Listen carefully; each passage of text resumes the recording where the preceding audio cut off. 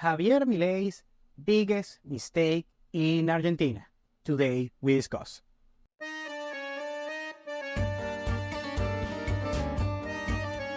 Welcome to Venezuela Insider, the only place in Venezuela for expats, digital nomads, entrepreneurs, investors, travelers, and related internationals. For more information, venezuelainsider.com. I know many of you, or at least some of you, are very bullish and are on the hype, on this train of Javier Milei being the president in Argentina since at the end of last year. And you are very bullish on the Argentinian economy, and probably you want to go all in on this beautiful country. But maybe today's video is not gonna be for you.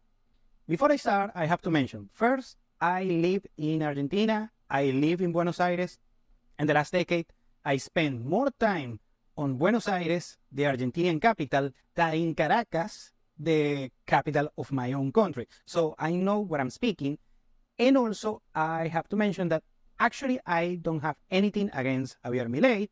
So if you're a libertarian, I know he's a libertarian. And actually, I used to watch him a lot before he did politics, when he was just a commentator and analyst on TV. I mean, he's very funny. He's hilarious, by the way.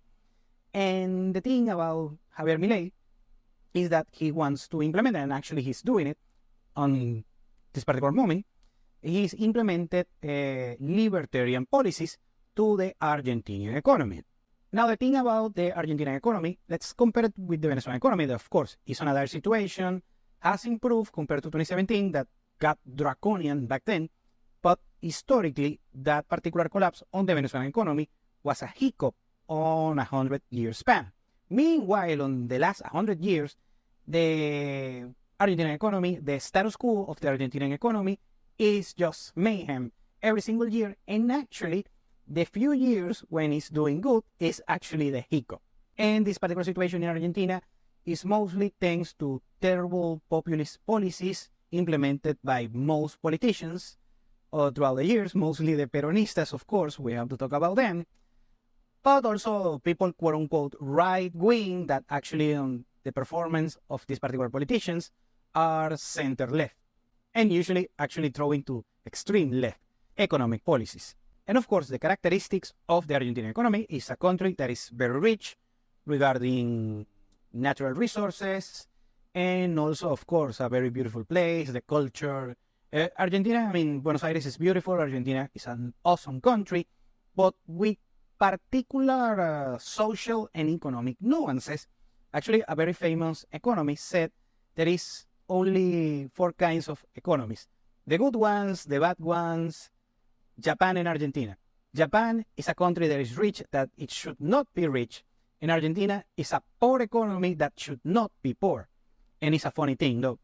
And the reason why the particular Argentinian economy has lackluster results historically in the past 100 years or so is, of course, terrible policies, economic policies, and a lot of public spending, a lot of corruption, and a lot of mismanagement as well. Basically, the cultural norm over there is that the average Argentinian has a very particular political view that the government should take care of themselves. Their necessities are priorities to everybody else. And actually, Milei himself said these particular words: the Argentinian society is infected with socialism. But now, Milei is applying more of a free market libertarian policies, of course, reducing the public spending. But since the economic mess of Argentina is draconian, is terrible, he needs a lot of time and also political power in order to implement such reforms. And it's going to create a lot of pain for the average Argentinian. That's already happening. Prices are higher. I know the inflation rate in Argentina, that is one of the highest in the world, even higher than Venezuela, by the way, right now.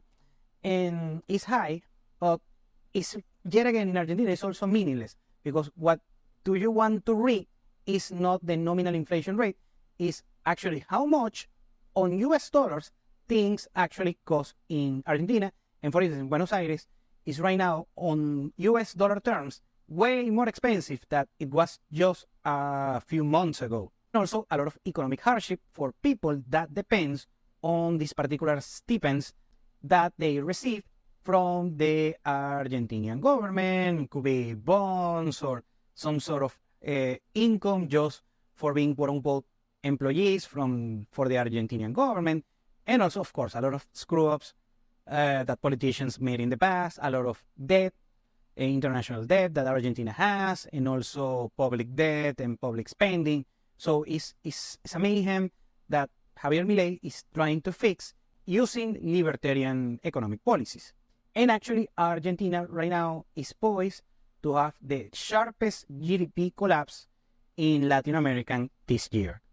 And also, the thing about Argentina is not just about economics, society overall, but also politics. The way that the Argentinian government is structured is not only just the formal presidency right now, that of course is Milei and his people, but also the Congress. And the Congress, these left-leaning, also Peronist people, have a lot of power in the Congress, and Milei doesn't have much power on the particular Congress of Argentina right now.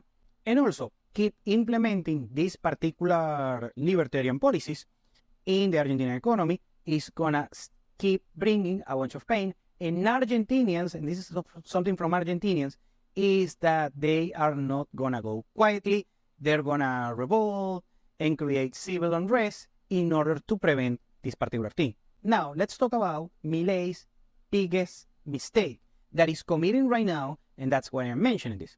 You know, of course, if you're listening to this and you're a right-wing libertarian or, you like this kind of thing. Okay, Milei has created a lot of hype amongst Western internationals. You see him on Tucker Carlson, also with Shapiro, and also on many of these particular platforms. So Milei's name is very known all over the world, especially on Western nations. But something that he said on a recent interview, this is something that concerns me, and that's why I have to point that out, this particular mistake that Javier Milei is committing. Right now, Milei is living on a hubris that, of course, he's doing everything right, a bunch of success and that kind of thing, of course. So everyone, can get a little bit cocky on the Javier Milei situation. And by the way, I'm not nothing against that. But here's the thing. He's underestimating, he's miscalculating the support that the average Argentinian has towards him. He mentioned something, a poll statistic that around 60% of Argentinians are supporting his particular views, his particular, he said, and quote unquote, that the Argentinian culture is changing. And I live in Buenos Aires, remember, and trust me, that is not the case. Let's go by the numbers. Let's go first with the election. Here's how the Argentinian election system works. First, you have the primaries that in Argentina, they are called PASO, P-A-S-O. Basically, it's a primary, but everyone is involved on the same poll. And back then, actually, Milei he won basically the primary, but you have other factions.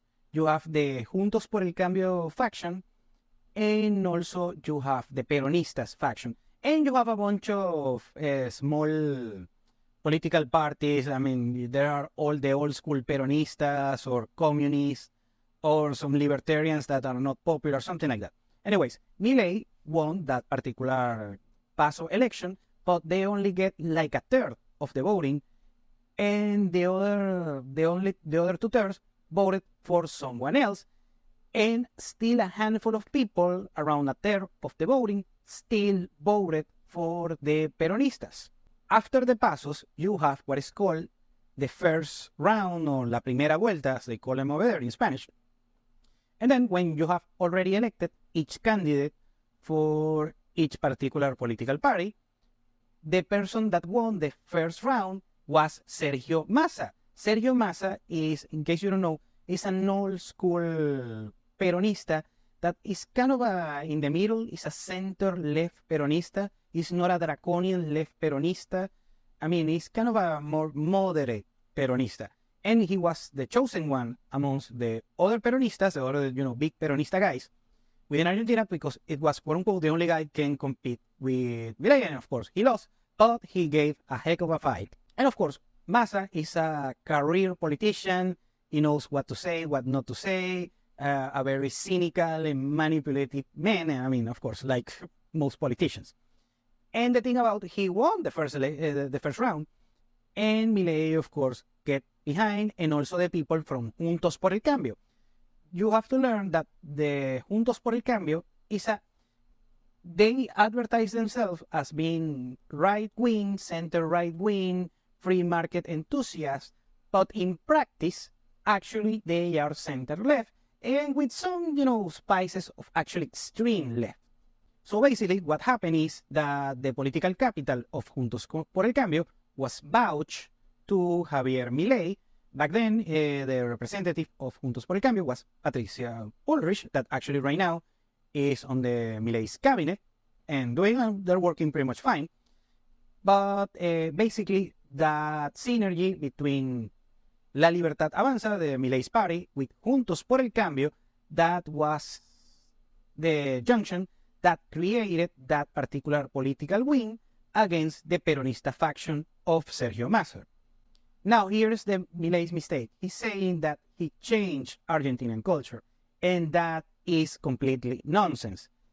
That voting that he won, and of course, good for him that he won that particular election, is that it was a punishment vote for the quote-unquote La Casta, the old establishment, because Milei is an outsider regarding Argentinian politics. And that's a punishment vote. The Argentinians, on their mind, I'm talking the average Argentinian, by the way, they have in their mind that Milei is magically gonna fix every economic hardship that, of course, Argentina was suffering, but it's gonna be painless and cleanliness and that kind of thing. And of course, there is a huge percentage of the Argentinian population that knows that they have to go through this particular economic hardship for a while before everything goes right. Of course, Milei, and this is a concerning thing about Milei, he's making the mistake of thinking that right now he's a celebrity, he's very popular, and the Argentinians are not going to punish him if anything goes sour at any given time, and that's not the case. Even Milei himself says that he wants to implement policies that is going to take the Argentinian economy at the Germany's economy level on the next 20 years. And trust me, Argentinians are no patient at all. The average Argentinian patience is not their virtue, by the way. So everything can go south from now on. And I'm going to close this particular video talking about a little bit other thing that I don't like about Milei is his particular relationship with Mauricio Macri. Macri was the president of Argentina between 2015 and 2019, just before Alberto Fernandez, that he's a Peronista, but actually Macri, he comes from this particular party, Juntos por el Cambio, the party that vouched for Milei. And they have an important political capital, but they are not a majority. Anyways, Macri got elected because he was, this kind of a successful empresario that is going to change for the better the Argentinian economy. But actually what he did first, he tried to do the gradualismo. So basically, little by little, dismantling the Peronist economic policies, and that completely failed. And by the end of his administration, he basically applied draconian left-leaning and also socialist policies, public spending, also price controls, capital controls. Does that ring a bell? Basically, Macri is a charlatan. Now, the funny thing, this is, when Macri got elected in Argentina in 2015, the same hype that you guys from the West are seeing around Milei, we in Latin America, in the whole Latin America, we saw the same hype with Macri. Of course, that particular hype didn't reach the Western sphere, but it does reach the Latin American sphere. That's why in Latin America, Milei is not as hype compared to the Western sphere. At the end, Macri was a letdown, was a terrible president. I have to say, I live in Argentina on that particular administration. That's what I see this. So basically, Macri gives you the worst of both worlds. He promised, free market and more economic prosperity, but acts like, like a socialist, draconian, communist policies that are terrible for the economy overall. And the other thing concerning to me for Milei's administration, and that most of his cabinet is actually made by Macri's people. We mentioned Patricia Bullrich, but also we have to talk about Caputo. Caputo was the economic minister of Macri's administration, and right now is the economic minister of Milei's administration. Of course, also we have to mention that de facto Milei is not only the president, is the economic minister, and Caputo is just a placeholder. I mean, the particular economic minister on Milei's administration. But still, this particular thing that he has with Macri is other thing that worries me, that Milei is not gonna be able to pull off their particular plans. Without anything more to say, I wish the best for Argentina. I love the country. I love Argentinian people. I know that we have some tough love going on in Argentina. I had like 20 arguments with Argentinians living over there, but they were friendly arguments, by the way. And I love, of course, I love the tango. I love the city. I love Buenos Aires, of course. I'm not a mate drinker, by the way. I don't like mate and I don't like Fernet. And of course, I rooted for Argentina during the World Cup.